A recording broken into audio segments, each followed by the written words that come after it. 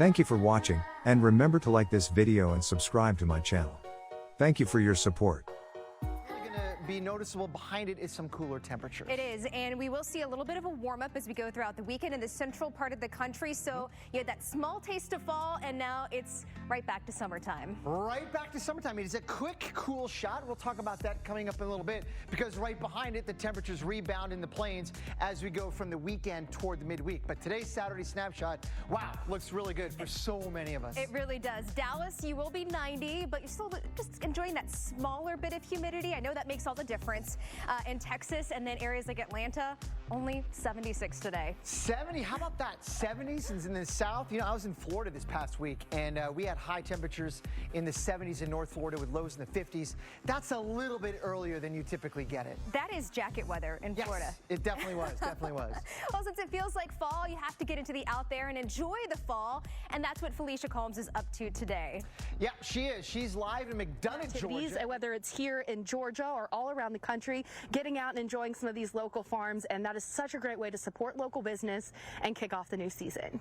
I just love those pumpkin patches in the fall. It's just one of my favorite parts, and the weather is going to be so beautiful across the country for a lot of people to do just that. A lot of people, and that includes Jackson, Mississippi, Birmingham, Alabama, New Orleans, one of the most impressive rainfall amounts, where you are close to 30 inches of rain, above average by the time you get to this time of the year. The only spot that we're seeing a deficit, that is in Tallahassee, and that's only by about 6 inches of rain. So we really don't have much drought to speak of across the southeast. Now, when you go into areas like Little Rock, Arkansas, back into Oklahoma, that's when things start to get a little bit dry. And we do have some dry conditions up in portions of North Carolina, but all in all, this summer has been extremely soggy for a lot of the southeast. The next 7 days, we're not looking at a whole lot of rainfall, so certainly that's good news. If you're trying to get out and enjoy some of the fall activities, it will come with a return of summer weather, though.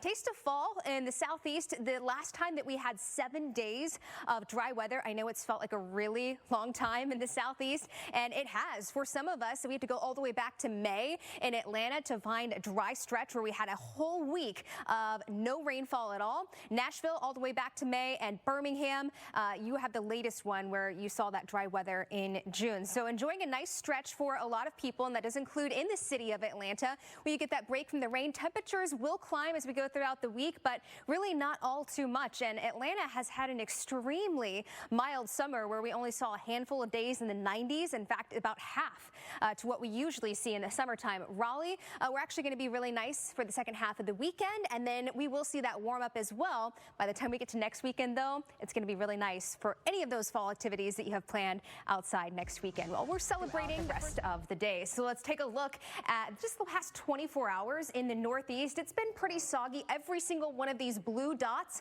that's a rainfall report, anywhere from 1 to 3 inches of rain. And this is the rainfall that we've seen quite a bit of the Northeast, from Philly all the way up into Portland, Maine. That's where we've at least seen some rainfall. Now, if you're in an area and you're thinking, okay, we saw a lot of rain yesterday, maybe 1, 2, 3 inches of rain, those will be the areas that will most likely see some flash flooding today, with another round of rainfall moving in. We do have a fairly stationary front that's just off the coast. That's what's going to be the catalyst for some rainfall today in areas like Connecticut over into Boston. We also have an additional front that's just off to your west. You can see it there in the far corner of the screen. That will allow for some rainfall as we get into Sunday.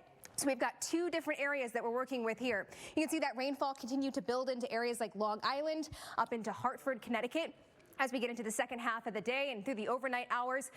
Very early on Sunday morning, this is where we're most concerned about the flash flooding. That does include you in Boston, all the way up into Portland and a lot of Maine, because we've seen so much rainfall. We're talking about only taking maybe an inch or 2 to cause some problems with some runoff in your areas. We have super saturated soil. As we get into Sunday, that front is still sitting over areas like Portland, eventually moving out of Maine, but then we're going to watch our secondary front move through. There's not a lot of moisture with this secondary front, so really what you'll notice, the big difference by Sunday afternoon, is that cooler, drier air starting to settle in. So for tomorrow, we're still concerned about flooding across the state of Maine, and the rain still to come, anywhere from 1 to 2 inches of rain, but Dr. Postel, it's likely we'll see a little bit more in a few areas.